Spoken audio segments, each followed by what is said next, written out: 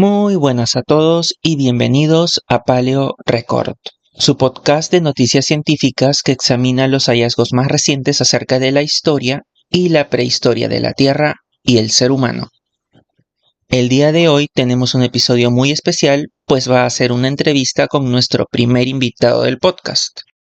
Su nombre es Leonardo Hostos Olivera, paleontólogo peruano de la Universidad Cayetano Heredia y autor principal de este nuevo artículo del que vamos a hablar en este episodio. Si les gusta mi contenido, no olviden darle like, suscribirse y compartir. Así me ayudan muchísimo a seguir con este proyecto. Ahora sí, comenzamos.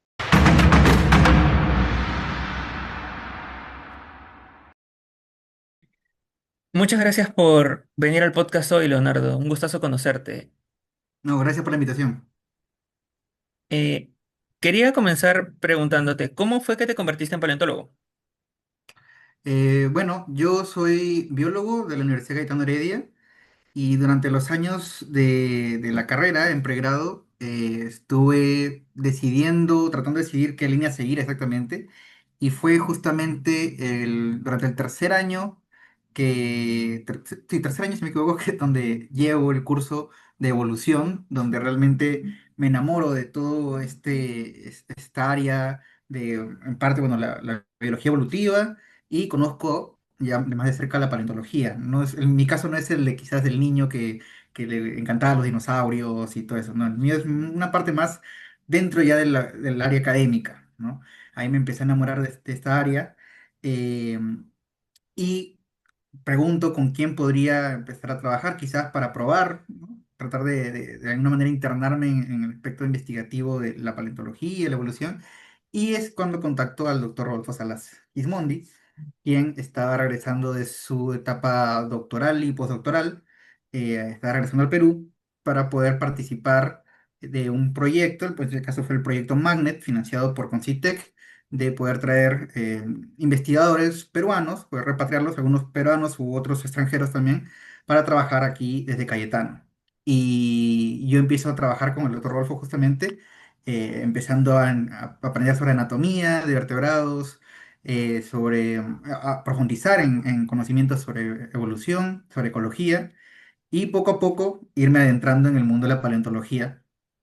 Yo diría que realmente donde me he sentido más paleontólogo ya ahora es gracias a mi maestría, donde he podido estudiar ahora sí la evolución de un grupo que a mí me ha terminado de enamorar, que me encanta, que son los pinípedos, ¿no? En general a mí me encantan los carnívoros semiacuáticos. Los carnívoros bueno, hay muchos grupos, pero los semiacuáticos justamente son nutrias y los pinípedos. Las nutrias las pude estudiar en el pregrado, durante mi tesis de pregrado, pero ya es en la maestría, más centrándome en la parte paleontológica, trabajando con fósiles, que he estudiado los pinípedos y son un modelo espectacular. Es ahí donde me enamoré y donde ya me siento ahora sí un paleontólogo como tal, ¿no?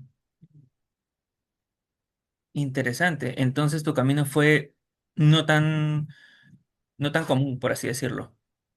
Sí, porque cuando uno habla con alguien que de repente es paleontólogo, o sea, se ha formado como paleontólogo, muchas veces hablan de que de niños les gustaban los dinosaurios y siempre quisieron descubrir dinosaurios, estudiar dinosaurios, por ahí. Entonces, como que mi caso no es tan clásico, digamos, desde ese lado, ¿no? Claro, sí, sí lo entiendo. Y bueno, hablando de este nuevo artículo que has publicado, eh, el artículo en español, por lo que lo he logrado traducir, bueno, el título vendría a ser Nuevos fósiles del Plioceno del Pacífico Oriental arrojan luz acerca de la evolución temprana de los otáridos en el hemisferio sur. ¿Es correcto? Exactamente, esa es la traducción. Y bueno, comencemos por el principio. ¿Qué son los otáridos y de dónde vienen? Bueno, los otáridos son el grupo que comprende justamente a los que llamamos lobos marinos o incluso leones marinos también. ¿Ok? Todos estos animales semiacuáticos que también forman parte de los pinípedos que estuve mencionando hace un momento, ¿no? Los pinípedos comprenden no solamente a los otáridos, también están las focas, son el grupo Fócide, y están también las morsas, que es el grupo Odobenidae. Todos estos son los representantes actuales de los pinípedos, que tienen diferencias marcadas en su anatomía y en su ecología, porque los otáridos, los lobos marinos, se diferencian de estos otros dos en que son los que mejor caminan en tierra, todas maneras, tienen una menor adaptación al estilo de vida acuático. Los que tienen una mayor adaptación son las focas. Si uno ve una foca, se va a dar cuenta que son bien torpes caminando en tierra, no poseen justamente esa capacidad de poder sostenerse y poder desplazarse en tierra. Tiene que ver justamente con la anatomía propia de sus extremidades posteriores, ¿ok? Pero son mucho más hábiles en el agua. Los lobos marinos no tan hábiles en el agua, pero tienen una mayor capacidad para poder desplazarse en tierra, y tienen otras características bien particulares, justamente con que tienen las orejas, ¿no? Por eso en inglés se le llama eared seals, justamente porque tienen orejas visibles externas, las focas no lo tienen. Su historia evolutiva de estos lobos está muy vinculada, y bueno, su historia natural en general y la actual está muy vinculada a los ecosistemas marinos más productivos. Es algo muy particular, porque si uno se pone a ver la distribución de los lobos marinos, principalmente está en el hemisferio sur. Gran parte de las especies, actualmente existen 15 especies de lobos marinos, y la gran mayoría de ellas están distribuidas en el hemisferio sur, ¿ok? Y sobre todo ocupando los que llamamos ecosistemas de afloramiento costero, ¿no? Como pueden ser el mar peruano, bueno, en general todo el sistema de Humboldt que abarca Perú, y Chile, el ecosistema de California, por ejemplo, también, que está en Estados Unidos, parte de México, y hay dos otros sistemas de afloramiento costero en África, uno al norte y otro al sur. Estos sistemas son de gran productividad, son muy ricos en nutrientes, y justamente el caso del mar peruano es muy especial porque quizás es el más productivo de todos a nivel mundial, eh, y es uno que tiene una historia evolutiva muy interesante, la cual podemos tratar de entender a partir de algunas especies clave como pueden ser los lobos marinos, justamente, que son depredadores tope de estos ecosistemas. Entonces ahí es donde los lobos marinos entran con gran relevancia ecológica, digamos, ¿no? Entiendo. Entonces, eh, ¿podríamos hacer una diferencia antes de seguir entre productivo de biodiverso? Porque tengo entendido que no son lo mismo. Exacto, o sea, cuando hablamos de biodiversidad hay muchos componentes, ¿no? Podemos hablar de uno de ellos, la riqueza, la cantidad de especies que hay. También hablamos de abundancia, por ejemplo, que es el número de individuos que hay por cada una de estas especies. En el caso del mar peruano, nosotros más que tener una riqueza, hablamos de una abundancia. Nosotros tenemos, por ejemplo, mucho de los peces que habitan nuestro mar peruano, más allá de la cantidad de especies que existen, que sí son varias, pero hay lugares quizás en el mundo con mayor riqueza, es la abundancia que hay. Y esa biomasa que llamamos que la cantidad de peces que pueda haber, cantidad de crustáceos, cantidad de muchos de los de la diversidad biológica que existe en nuestro mar, tiene que ver con la abundancia justamente, y es lo que lo hace tan productivo también, o la que da característica de poder extraer tantos recursos de él, ¿no? Nosotros podemos, quizás con otras pescas, alimentar al mundo, es lo que se ha estimado. Entonces, esa es la característica principal en nuestro caso, en el caso del mar peruano, sobre todo, no tiene que ver con la abundancia y la biomasa. Interesante. Y sí, siempre se habla de que el mar peruano es de los más productivos del mundo, si es que no el más productivo. Y entonces, estamos hablando de que estos animales se distribuyen en estos ecosistemas productivos. ¿Esto desde cuándo es? ¿Desde cuándo se ha dado esta distribución? Leí en el paper que, bueno, en el título dice Plioceno, y esto suena como un periodo de transición entre dos épocas diferentes. ¿Podrías aclarar más de eso? Sí, por supuesto. A ver, bueno, cuando decimos Plioceno hablamos de que estamos abarcando tanto el Plioceno como el Pleistoceno. Nosotros actualmente, en tiempos geológicos, estamos situados en el Holoceno, que es la época reciente, ¿ok? Previo a eso está lo que es el Pleistoceno, que llega hasta hace aproximadamente 2,5 millones de años, ¿sí? Previo a eso está el Plioceno, que puede llegar que llega hasta hace aproximadamente 5 millones de años, 5,3 si no me equivoco, y antes de eso está el Mioceno, que ya es una época mucho más amplia y se va hasta hace 23 millones de años, ¿ok? Entonces, estos tres periodos que he mencionado, Mioceno, Plioceno y Pleistoceno, están muy bien representados en el registro fósil de la costa peruana. Tenemos yacimientos paleontológicos en el sur del Perú, específicamente sobre todo Ocucaje, al sur de Ica, y en el caso del paper, que es del que hablamos, Sacaco, el desierto de Sacaco. ¿No? El desierto de Sacaco nos da un vistazo muy completo de la fauna o en general de la diversidad que habitó en nuestro territorio, en los últimos 10 millones de años. Esta época del Plioceno, que iría desde 5 millones de años en adelante, eh, tiene un registro que no ha sido tan explorado, porque el Mioceno ha sido mucho más estudiado. Desde que se empezó a hacer paleontología acá en el Perú, hace, bueno, el siglo pasado, se ha hecho una búsqueda mucho más exhaustiva en lo que es las capas del Mioceno, y se conocen muchas especies de allí.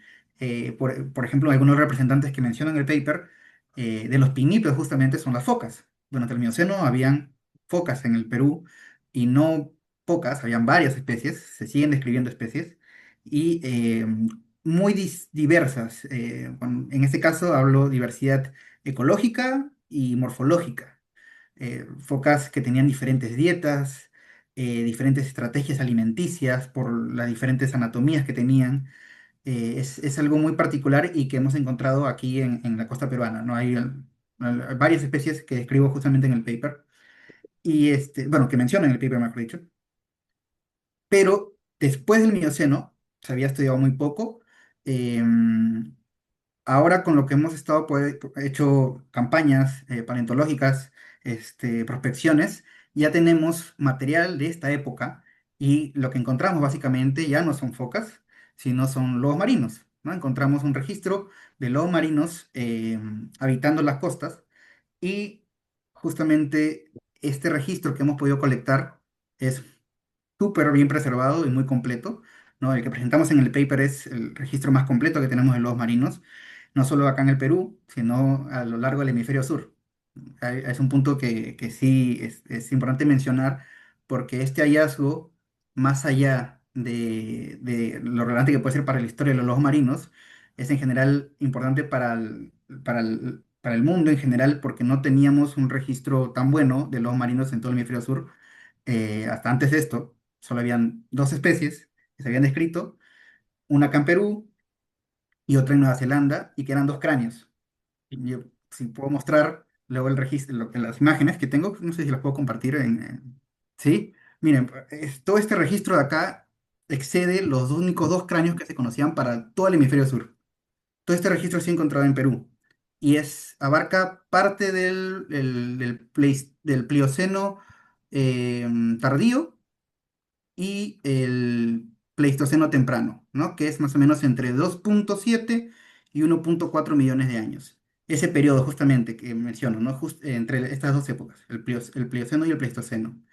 Y ciertamente es una época de cambio, de transición, porque uno, estamos viendo diferente fauna, ¿no? Estamos viendo que hay lobos marinos, ya no están las focas que existían antes, no hay ningún registro de focas en ese tiempo, no solo para el Perú, sino en general para el hemisferio sur, ya no están las focas presentes, eh, lo cual muestra un patrón, seguramente, y así lo escribimos también en el paper.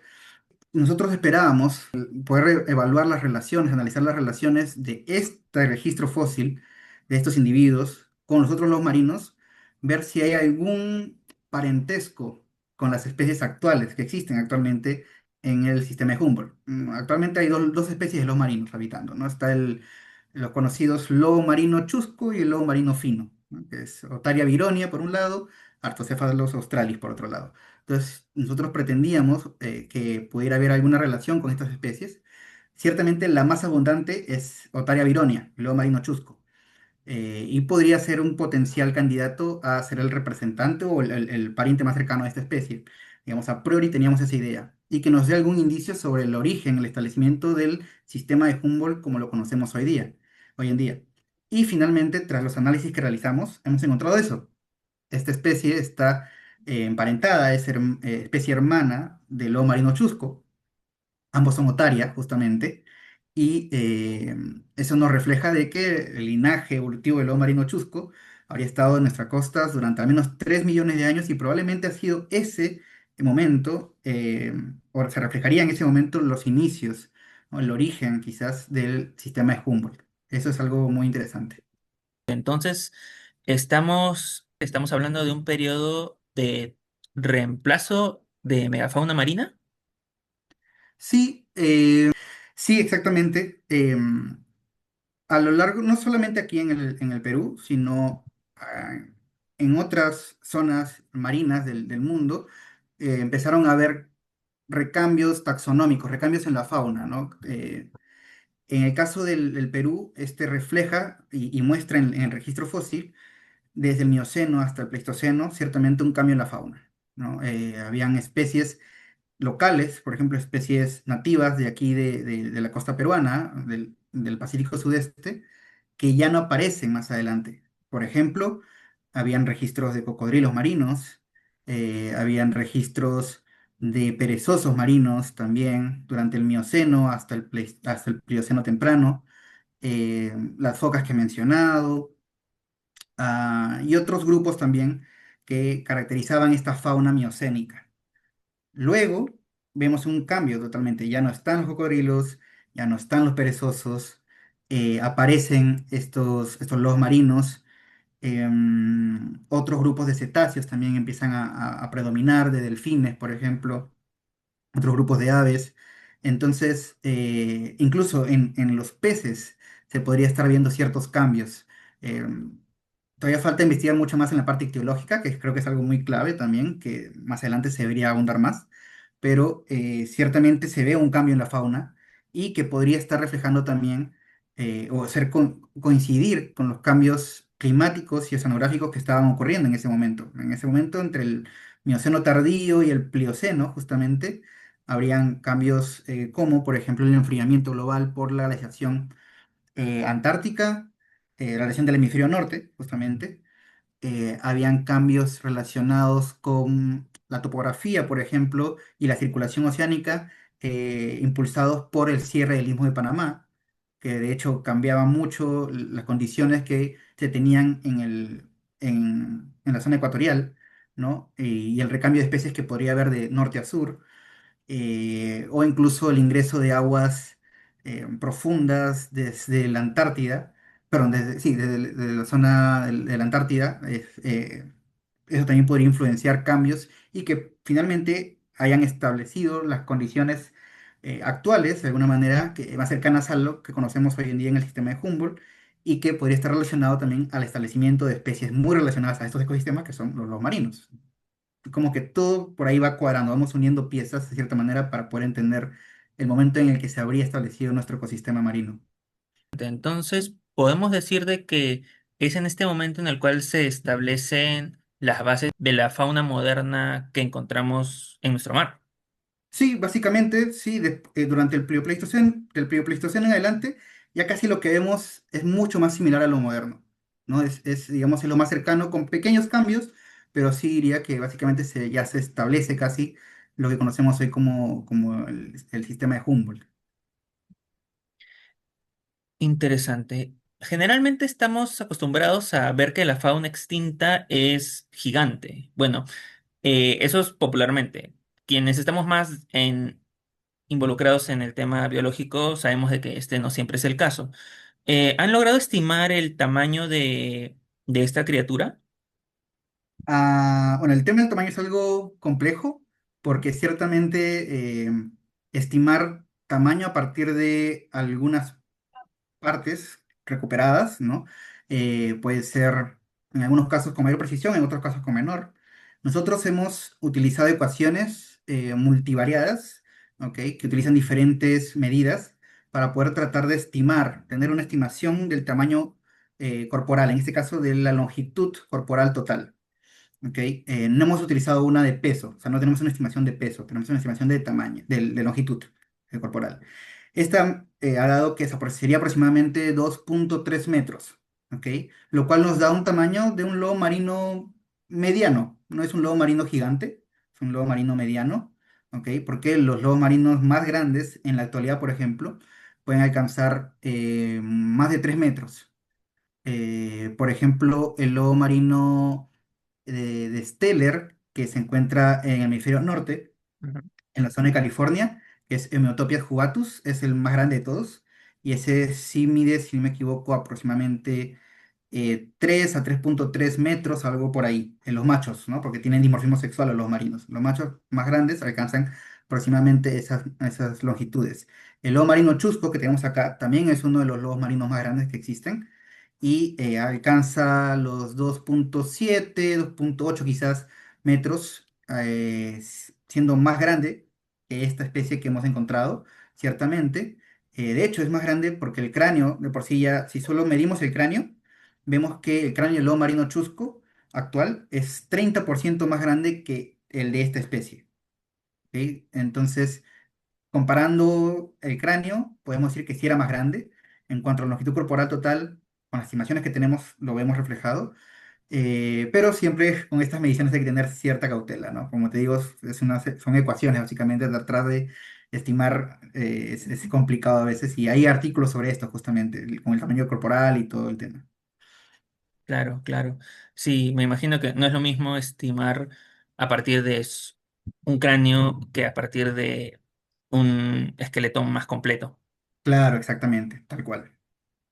Pero 2 metros, bueno, más de 2 metros, sí es un tamaño considerable. Bueno, No es un lobo marino pequeño, de todas claro. maneras, porque los lobos marinos más pequeños que existen actualmente, por ejemplo, son del grupo Orthocephalus, bueno, dentro de lo que está el lobo marino fino, ¿ok? Y esos son menos de 2 metros incluso, menos de 2 metros. Entonces, este ciertamente le ponemos un tamaño mediano. Claro, claro. Aunque, bueno, igual vendría a ser como de la longitud de un carro, ¿no? Sí, sí, básicamente, sí, o sea, sí, se puede hacer esa comparación. Algo que sí mencionaría que es importante es que al menos lo que nos refleja este tamaño mediano que encontramos en Oteria josefinae Ujú. es que viendo el parentesco que tiene, ¿no? La hermandad que tiene con el lobo marino chusco, nos indica de que habría una trayectoria evolutiva hacia ese mayor tamaño, hacia ese, bueno, mayor tamaño y también acompañado seguramente del dimorfismo sexual, porque si bien los cráneos que hemos recuperado, que tenemos y hemos presentado en este paper corresponden a machos, vemos estructuras propias de una especie donde hay dimorfismo sexual. En los marinos normalmente se evidencia eso en las crestas o en protuberancias del cráneo de los machos. Mientras más grandes son esas crestas, normalmente suele haber un mayor dimorfismo sexual a nivel corporal, ¿no? Y tenemos machos más grandes. En el caso de esta especie, vemos en Otrechos y en en los fósiles, vemos esas crestas, las crestas nucales, las crestas sagitales, son realmente pronunciadas, no tanto al nivel del lobo marino chusco actual, quien tiene incluso unas protuberancias laterales en el parietal muy locas y que reflejan de que justamente el tamaño del dimorfismo sexual habrían estado aumentando en grado conforme nos íbamos acercando a estas formas más derivadas del lobo marino chusco, ¿no? Es algo bien, bien interesante. Y este tamaño vendría a estar relacionado por la competencia intraespecífica, o sea, la competencia entre ellos por las parejas, o también podría estar relacionado con las presas o los operadores con los que se relacionaban. Bueno, ese es un tema que todavía tienen por estudiarse. Ujú. En general, en lobos marinos, el tema del dimorfismo sexual acompañado del tamaño son temas que aún siguen con cierta incertidumbre en cuanto a cuáles serían los forzantes ecológicos de este patrón, ¿no? Como menciono, hay algunas especies particulares de lobos marinos que muestran este grado extremo de dimorfismo sexual, ¿no? Donde los machos alcanzan tamaños muchísimo más grandes que las hembras. ¿Y qué es lo que motiva este gran tamaño? Sí, lo que has mencionado tú son opciones. Puede ser la competencia intraespecífica, ya sea por el recurso hembra, porque los machos tienen que luchar por ser el macho dominante en los harems, y de alguna manera el tener un mayor tamaño, perdón, les permite poder ser más dominantes en estos grupos y acceder a más parejas. Eso puede ser uno de los factores. Los recursos alimenticios, también las presas podría ser también porque, por ejemplo, le conviene mucho más a un lobo marino macho con el poder que tiene en su sistema masticatorio y en general en la región del paladar, que en un momento comentaré porque es algo muy particular del lobo marino chusco y que es algo que también desarrolla en el paper. Le conviene poder tener un mayor tamaño y así poder acaparar más presas dentro de la cavidad bucal, ¿no? Entonces, sí, son factores que podrían haber influenciado, pero aún no tenemos la evidencia completa y los estudios realizados estudios comparativos que tienen que hacerse, ¿no? Para poder determinar, ok, estos son los factores más probables que habrían influenciado sobre este dimorfismo sexual, no solo en el lobo marino chusco quizás, sino verlo a nivel más macroevolutivo, con más especies de lobos marinos, ¿no? O sea, hay mucho potencial para desarrollar esta investigación más adelante. Sí, sí, por supuesto. Y no iría solo a nivel de los marinos, a nivel de pinípedos. Hay temas de tamaño corporal que se deben estudiar y que a mí sinceramente me interesan bastante, así que tal vez en algún momento pueda explorarlo. Genial. Eh, Algo curioso que noté fue el nombre científico. ¿Por qué lo llamaron Josefine? Bueno, ese nombre está en honor a Josefina Rojas Ujú. y es la bien llamada guardiana y protectora del desierto de Sacaco. Josefina vive hace más de 4 décadas, casi 5 ya, allí en el mismo Sacaco, eh, de alguna manera protegiendo justamente el patrimonio paleontológico de allí. Ella ha, está tanto de guardiana, digamos, asumiendo la vigilancia de la zona, porque hay algunos problemas también con personas que intentan de repente invadir o ingresar a ese territorio que es de importancia paleontológica, ¿no? Y también acompaña y ayuda a los investigadores que llegan a esa zona para poder hacer sus investigaciones o los descubrimientos que deseen o las exploraciones justamente que necesiten hacer, ¿no? Entonces, eso lo hace como menciono, más de 40 años y al haber participado tanto en la paleontología peruana, resultó particular que no se le haya dedicado un fósil, ¿no? Hay muchos personajes dentro de la paleontología peruana a los cuales se le ha dedicado ya alguna especie, pero a Josefina no se le había dedicado. Y justo cuando empezábamos a pensar sobre el nombre de esta especie, surgió la pregunta de, ¿a Josefina se le ha dedicado algún fósil? ¿No? Y sobre todo a mí me interesó porque mi primera salida de campo, por ejemplo, que fue a Sacaco justamente, al desierto, yo conviví con Josefina, estuve ahí con ella, compartí bastantes momentos con ella y sentí algo que era necesario y muy bonito poder homenajearla en vida también con esto. Así que finalmente, con todo ello y con la relevancia que ella tiene para Sakako, siendo un emblema de Sakako, y esta especie siendo propia también bueno, esta especie, perdón, siendo propia de Sakako, dijimos, este es el momento donde debemos homenajearla. Y listo, así surgió el nombre básicamente de Otaria Josefina.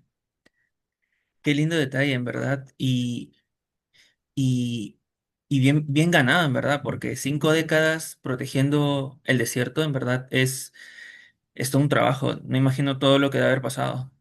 Sí, de hecho, las historias que ella te cuenta, desde un amor profundo por los fósiles, diría, es muy interesante, ¿no? Siendo alguien que no ha estado relacionada desde la academia, quizás, como muchos de nosotros que somos, sí, o sea, paleontólogos formados o que nos estamos formando, ¿no? En su caso, ha vivido en este territorio y ha pasado por muchas cosas que te lo cuenta ella con mucho amor, también con mucha añoranza a todo lo que ha pasado. Y es bonito que ahora en vida, sobre todo, ella pueda ser testigo de que se le está homenajeando, ¿no? Yo ya pude conversar con ella hace muy poco, que estuve en Sacaco, nuevamente volví al desierto, y se lo comenté y estuvo muy feliz por la noticia, justamente. Ay, me imagino. Espero algún día poder conocerla. Sí, sería muy bonito, de verdad. A ella le encantaría. En verdad, es como una María Reiche, pero de Sacaco. Sí, sí, tal cual, es una gran comparación. En verdad, sí, los nombres científicos en honor a ciertas personas me parecen increíbles. Para mí es como que el mayor honor que puede tener un científico o alguien relacionado con la ciencia. Ujú. Sí, sí, sí. Y algo que quisiera añadir ahí es que creo que también es un ejemplo muy bueno de poder mostrar ¿no? Con esto, estos nombramientos, digamos, de que la ciencia no solamente es de los investigadores, ¿no? De los científicos, sino también es parte de todo un grupo de personas involucradas de distinta índole, en este caso, por ejemplo, Josefina, siendo esta protectora de los fósiles, ¿no? Es un reflejo de que la ciencia se construye también con este tipo de intervenciones, ¿no? Que es muy importante y es bueno mostrarlo así. Claro, cuando un biólogo va a un lugar nuevo, siempre la mejor guía es la guía local. Local, Sí, exacto, es verdad. sí.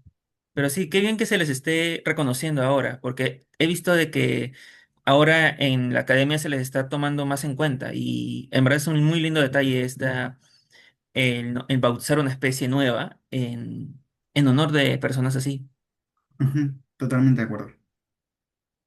Y siguiendo con el tema del fósil en sí, mencionaste de que este animal fue encontrado precisamente en Sakako. Leí algo acerca de una expedición. ¿Cómo fue que lo encontraron? Bueno, eh, como parte de un proyecto financiado de Concitec, un proyecto llamado Historias de Morsas y Cocodrilos, reconstruyendo la diversidad del mar peruano, este proyecto tenía justamente como fin poder entender las condiciones a través de las cuales se habría establecido el sistema de Humboldt, ¿no? Las condiciones del mar peruano actual como lo conocemos. Hablaba de condiciones tanto climáticas como de la biota, ¿no? En este caso de la fauna sobre todo. Y por esa razón se hicieron varias expediciones a la zona de Sacaco, principalmente, en 2022, en 2023 también se hicieron. Y fue a través de esas expediciones que se logró colectar este material de los marinos. Eh, si no me equivoco, habrán sido unas 3 o 4 expediciones que se hicieron al área y se recuperaron estos fósiles como hemos mostrado hace un momento, cráneos, mandíbulas y hasta esqueleto postcraneal, algunos fragmentos del esqueleto que fueron recuperados de las formaciones Caracoles y Pongo. Son dos formaciones que abarcan justamente este periodo del Plioceno, ¿no? Y en estos niveles sedimentarios fueron encontrados. Yo participé en un par de estas expediciones, justo en la última, del 2023, si no me equivoco, en octubre del 2023 también estuve y fue una expedición muy bonita, donde estuvimos el doctor Rolfo Salas, estuvo la doctora Diana Ochoa, quien también es coautora del artículo y es geóloga, y estábamos en esa salida de campo pude entender mucho más de la geología de la zona también y encontrar uno de los últimos, bueno, el último cráneo que encontramos en lobo marino y que fue incluido también en este artículo, ¿no? Entonces, eh, ha sido todo un equipo el que ha ido a Sakako para poder extraer estos fósiles. Todo un equipo multidisciplinario. Sí, hemos trabajado tanto miembros del equipo del Laboratorio de Paleontología y Evolución de Vertebrados de la Universidad Cayetano Heredia y también miembros del Departamento de Paleontología de Vertebrados del Museo de Historia Natural de la Universidad Nacional Mayor de San Marcos. Ambos grupos de investigación, quienes trabajamos de la mano, ¿no? Hemos podido hacer estas salidas al desierto y colectar, bueno, sobre todo han sido miembros del Departamento de Paleontología del museo, quienes han descubierto estos fósiles. Es una capacidad que tienen y que se han desarrollado con el tiempo, porque el Departamento de Paleontología del Museo de Historia Natural lleva años trabajando en esto, ¿no? El laboratorio de paleo en Cayetano recién se ha formado, si no me equivoco, en 2022. Hemos estado desde ahí trabajando en ese momento y ya, bueno, tenemos una primera publicación como parte central, digamos, del estudio en cuanto al centro principal de investigación involucrado en este trabajo, ¿no? Pero ha sido un trabajo en conjunto, ¿no? Combinando ambos grupos de trabajo, combinando diferentes disciplinas, porque bueno, estamos los paleontólogos, está un biólogo evolutivo, por ejemplo, quien ha sido también mi asesor de maestría, él es el doctor Pedro Romero. Tenemos a la geóloga doctora Diana Ochoa, quien también trabaja en Cayetano y también está en la Universidad de Salamanca, en España. Y también está el doctor Matthew Carré, quien es paleoclimatólogo, también asociado a la Universidad Cayetano Heredia y trabaja también desde París, desde la Universidad Sorbonne, ahí en Francia. Y todo este equipo es el que ha podido no solo hacer el descubrimiento, como menciono, entre ambas instituciones, sino también hacer el estudio propiamente, ¿no? Y yo conduciéndolo a partir de mi tesis de maestría. Increíble, en verdad es todo un equipo, todo un grupo increíble. Sí, sí, de personal académico y técnico, ¿no? Claro. Y hablando del fósil como tal, mencionaste algo acerca del paladar, si no me equivoco. ¿Qué es lo que resalta acerca de esta criatura? A ver, yo diría que tiene muchos puntos interesantes. Hablando anatómicamente, en este caso, el, el lobo marino chusco, parto de ahí, el lobo marino chusco actual, ¿ok? Es muy particular. Entenderlo es algo muy, o tratar de entenderlo es algo muy desafiante en el sentido de que es el único lobo marino de todos que tiene un paladar distinto, tiene un paladar con una forma que te habla de una capacidad de succión muy poderosa que no tiene ningún otro lobo marino. ¿Ok? Si uno ve el cráneo en el lado ventral, va a darse cuenta de que es un paladar muy alargado, extremadamente alargado, eh, y además muy profundo, muy abovedado. Esta forma del paladar es propia de animales que hacen succión, ¿no? Es esta capacidad de generar un vacío dentro de la cavidad bucal y poder con eso absorber, digamos, la presa, ¿no? Algunos animales que poseen esta capacidad de succión, por ejemplo, son los molusquívoros como las morsas, ¿no? La morsa actual tiene un paladar largo, o sea, proporcionalmente alargado y muy profundo. Otros animales que tienen esta característica, por ejemplo, son, es el Odobenocetops, un animal extinto, que no sé si lo conozcas, pero es el llamado delfín morsa, ¿no? Sí, Por ejemplo, también. Entonces, esa capacidad de succión, que es muy particular de algunos animales, está presente en el lobo marino chusco. Entonces, es muy interesante poder entender cómo así ha llegado a tener este paladar. Ciertamente en la especie que hemos descrito no encontramos todavía un patrón marcado que nos diga, ok, ya se está mostrando tal cual es el lobo marino chusco. Lo que encontramos más bien quizás es una fase intermedia, un paso intermedio, una característica de un paladar ligeramente abovedado, no tan abovedado como el del lobo marino chusco actual, y moderadamente alargado. No llega a ese extremo todavía, ¿no? Quizás más es parte de la ruta evolutiva llegar a eso, pero nos permite al menos decir, ok, tiene cierta tendencia hacia esa morfología que todavía no habría sido conseguida en esta especie hermana del lobo marino chusco actual. Eso por un lado. El paladar es algo particular y que todavía se debe seguir estudiando. Yo creo que ahí hay mucho por entender en cuanto a ese rasgo anatómico y la ecología que puede estar vinculada a eso. Em, Algo que sí es muy particular y que justamente es una característica única de esta especie que hemos descrito, es que en la región de la región timpánica, la región del oído, ¿ok?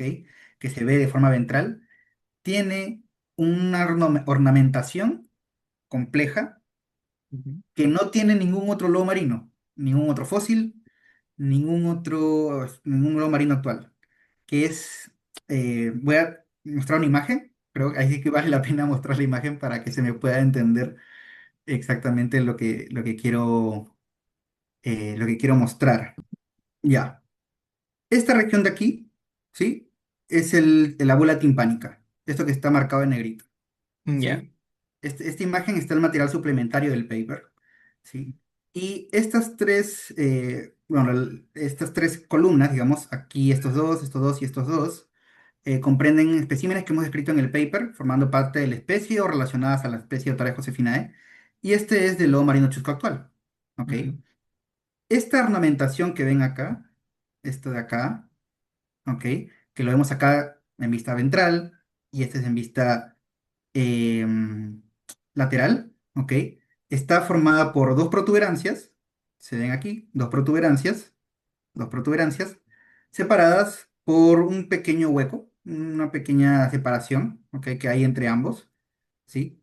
Ujú. Ese, esa característica morfológica no está en ninguna otra especie. No la hemos encontrado. O sea, yo lo vi y dije, y esto de acá no está no lo reconozco en otra especie, no está descrita tampoco en la literatura. Y si veo la ornamentación que está en el lobo marino chusco actual, esta es una cresta continua, no hay Claro. ninguna separación, ¿no? Acá es discontinua, discontinua, discontinua, acá es continua. Entonces, esto realmente es una característica diagnóstica de esta especie, ¿no? Lo escribimos así, una característica propia de esta especie que lo tiene. No tenemos todavía una idea clara de la función que tendría o por qué estaría presente esta característica. Sería cosa de seguir ahondando en la relevancia del timpánico las funciones del timpánico, porque es una región eh, que se le está tomando más importancia ahora en la historia natural, la historia evolutiva de los pinípedos en general, las focas también, se quiere dar más presencia de eso en investigación en los lobos marinos, entonces falta entender mucho más de eso, pero de por sí es una característica presente solo en esta especie hasta ahora, ¿no? Que ha sido registrada solo acá. Es algo muy particular y, y que distingue, como mencionó, a esta especie. Eso es bien interesante. Es algo, entonces es algo único que se ha encontrado y podría también, bueno, puede tener un montón de explicaciones, ¿no? Y, o sea, no sabemos exactamente si podría tener alguna una relevancia para el sistema auditivo, para la resonancia, o de repente es una de anclaje, de inserción de músculos, quizás puede ser, ¿no? Una inserción diferente a tener una cresta continua, ¿no? Puede ser, pero ciertamente es algo que no se ha registrado antes y hay que tratar de entender qué podría ser, o qué función tendría, ¿no? En esta especie. Claro, claro. Entonces eso será motivo de más investigaciones y más papers. Exactamente, tal cual. Excelente. Y bueno, eh, finalmente, bueno, creo que hemos tocado todo acerca del paper o hay algo más que quieras comentar acerca de él. Uf, dos cosas mencionaría, Ujú, y tiene que ver con el grupo de los lobos marinos del sur.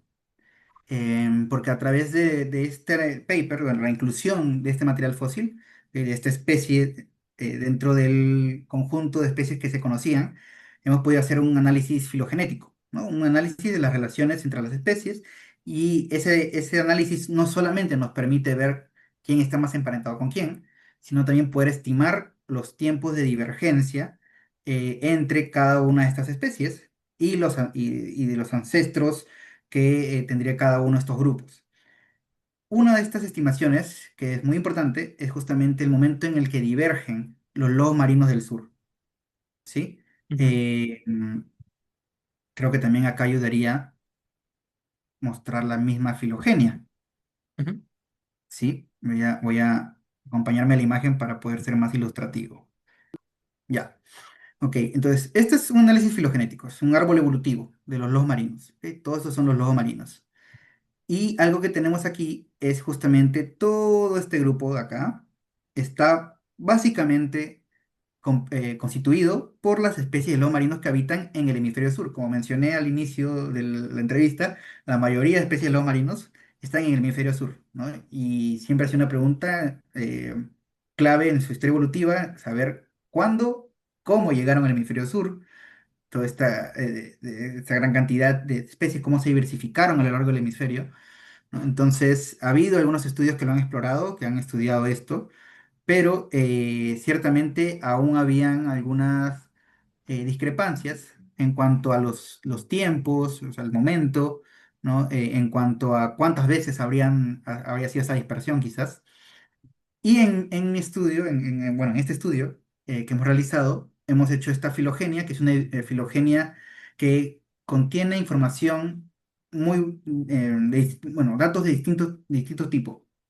Datos morfológicos, datos moleculares, porque hemos incluido genoma mitocondrial, es decir, toda la información genética que está en las mitocondrias de estas especies, ¿ok? Y también hemos incluido datos estratigráficos, que son los rangos, digamos, de tiempo en los que estarían comprendidos cada una de las especies fósiles, exactamente, ¿ok? Toda esta información fue metida en este análisis y hemos podido estimar estos tiempos de divergencia que están con las barras celestes. Ujú. ¿Qué tiempo de divergencia es el que más nos interesa? El momento en el que se separan los lobos marinos que están en el hemisferio norte de los lobos marinos que están en el hemisferio sur. Ese punto es importante, que es justo este de acá, porque nos estaría diciendo más o menos cuándo es que los lobos marinos del sur habrían migrado aproximadamente. Y si nos damos cuenta, si vemos, aproximadamente eso es hace 5 millones de años, que es un momento en el que, como mencioné anteriormente, Plioceno temprano, terminando el Mioceno, hay enfriamiento global, hay el cierre del Istmo de Panamá, está cada vez más, se está llegando, digamos, a cerrarse mucho más este istmo. em, También ingresan otro tipo de aguas al sistema de Humboldt, cambian muchas de las condiciones topográficas, se reduce el nivel del mar. Entonces hay muchos cambios en este momento que podrían haber permitido esta migración. ¿Ok? Ese es un punto muy importante. Y también el segundo punto que mencionaba es que este grupo de los marinos del sur siempre fue discutido y llamado así, el grupo de los lobos marinos del sur. Pero para nosotros resultó importante también de que podamos darle un nombre a este grupo y poder de alguna manera estandarizar el uso de este grupo como con una significancia evolutiva, ¿no? Porque representan un paso biogeográfico importante, que es esa migración de los lobos marinos hacia el sur. Entonces, al ser un grupo bien soportado por nuestros análisis, le pusimos el nombre de Australotaria, que literalmente significa lobos marinos del sur, los marinos australes, ¿no? Esos son dos puntos importantes del artículo también, ¿no? El tiempo en el que habrían migrado y el nombramiento, digamos, de este grupo de lobos marinos del sur. Ah, entonces el término australotaria es nuevo para la ciencia. Es totalmente nuevo, exactamente. Qué interesante. Eso sí es algo que, o sea, eso es algo que va a aportar bastante porque definitivamente ordena un poco más a todas estas especies y van a tener que empezar a incluirlo. Sí, o digamos, poder hacer referencia a ellos de esta manera, ¿no? Ya dependerá de los autores también que traten a los lobos marinos, bueno, que los estudien, si tienen o coinciden con el utilizar este nombre que ya está registrado, ¿no? Pero hay un soporte en la filogenia, ¿no? Está altamente soportado. Estos valores de aquí, cada nodo tiene un valor justamente de soporte estadístico, ¿no? Es un valor alto en este caso. Y, y pues en nuestros análisis ciertamente dicen que sí es un grupo que podemos considerar y que deberíamos utilizar por la significancia biogeográfica que tiene, como menciono, ¿no? Esa migración hacia el sur. Algo que sí menciona en el artículo y que vale la pena enfatizar es que nos falta reconocer características morfológicas que definan al grupo, porque este grupo básicamente está soportado por la información genética. La información molecular es la que principalmente soporta a este grupo y reconocer estas características morfológicas, es decir, cuál es la característica que que estaría compartida entre todas las especies que forman parte de este grupo y las distingue, la diferencia y las hacen ser australotarias. Eso nos falta encontrar. Nosotros creemos que haciendo un estudio más exhaustivo de la anatomía de todas las especies, que están distribuidas a lo largo del hemisferio sur, podríamos encontrar estas características, ¿no? Porque igual las matrices que hemos armado, las matrices que hemos armado nosotros y las que existían, todavía tienen ciertos sesgos más hacia los rasgos anatómicos craneales, sobre todo. Seguramente en el esqueleto postcraneal puede encontrarse algo, o en otras partes que puedan ser aún más exploradas, pero ese es un punto que sí se discute en el artículo y que vale la pena mencionarlo. claro. ¿Existe la posibilidad de que la característica que definitoria de los Australotarias sea eh, molecular o, bueno, molecular o enzimática o algo que no se pueda ver en los fósiles?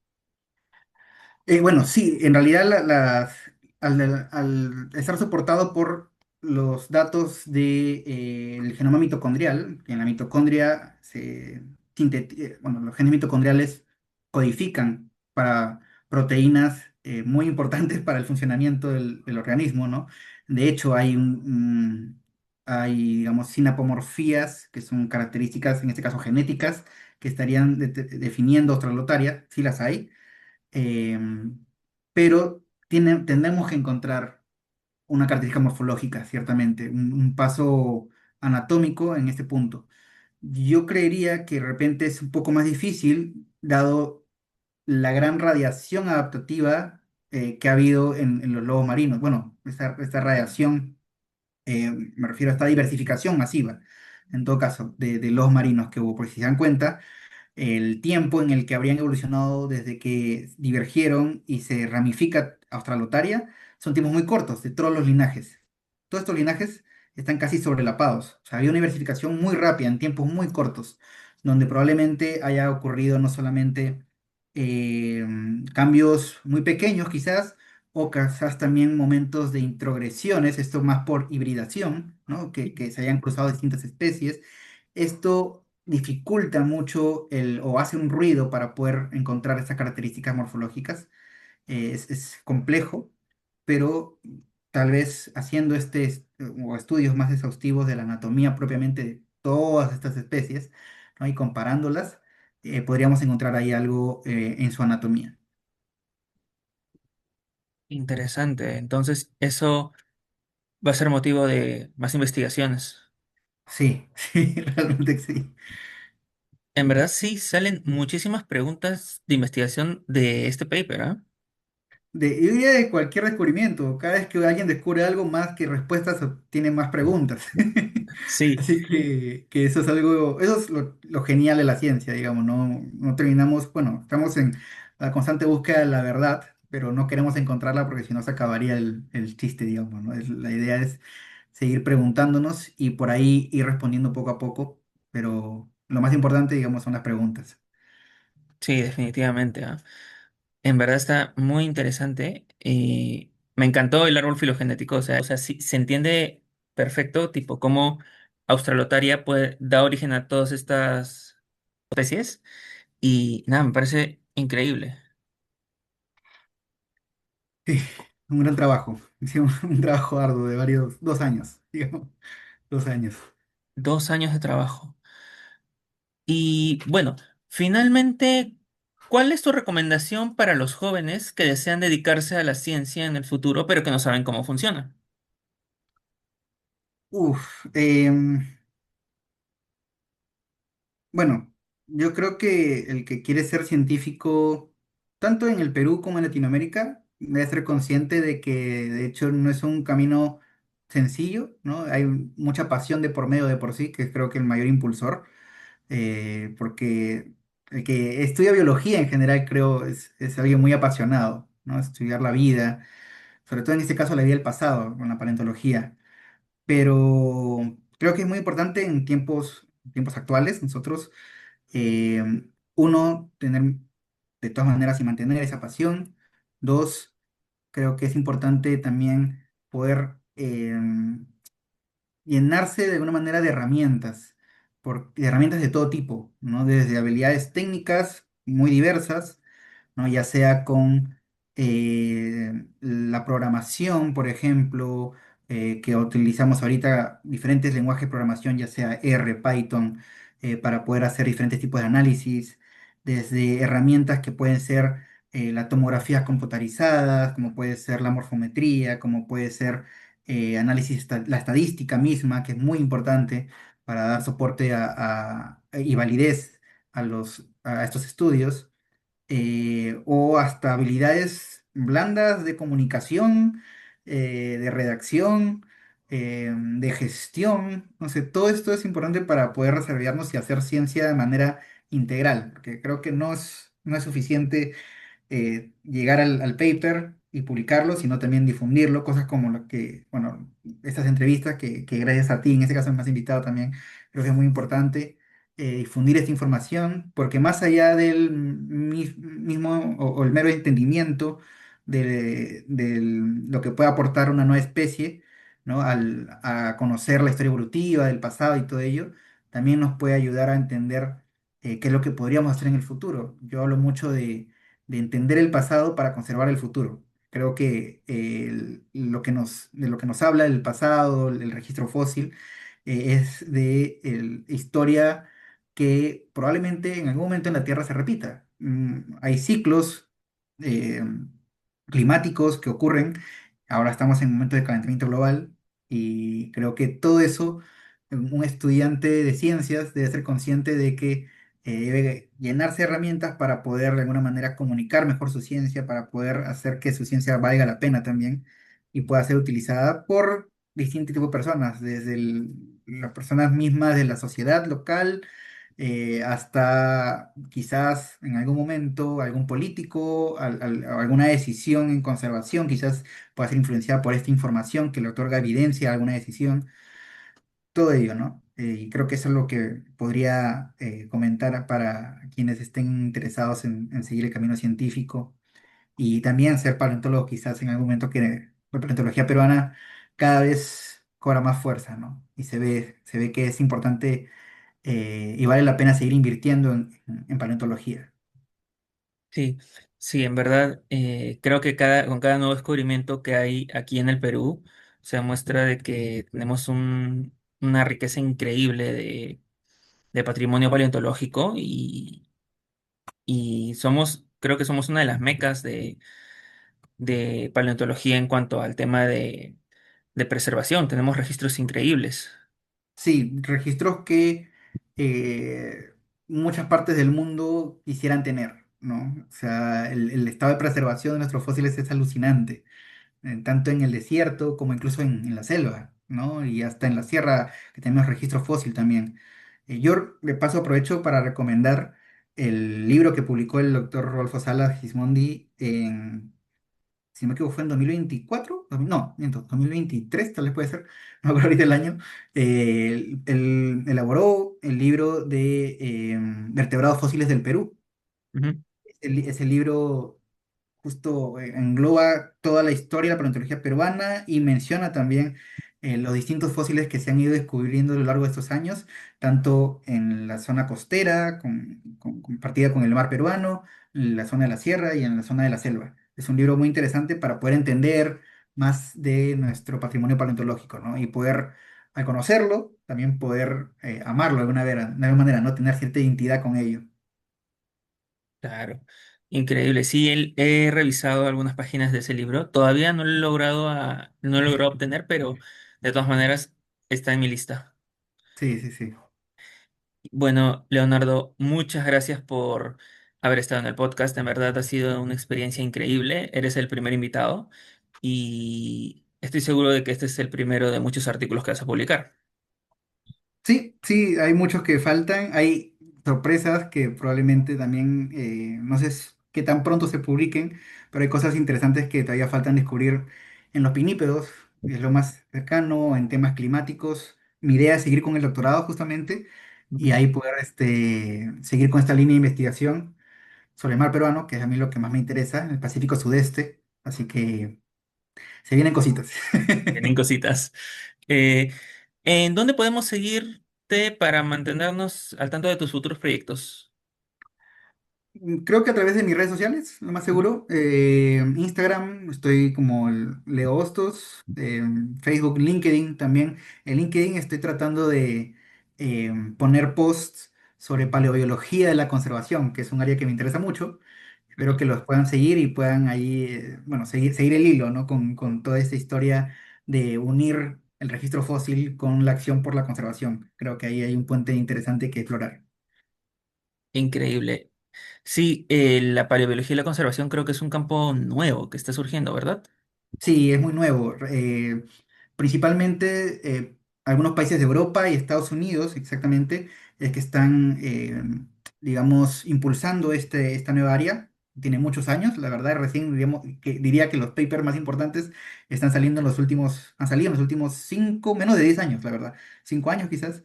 Y a mí me interesa mucho esta área, me interesa mucho ese enfoque de la paleontología, ¿no?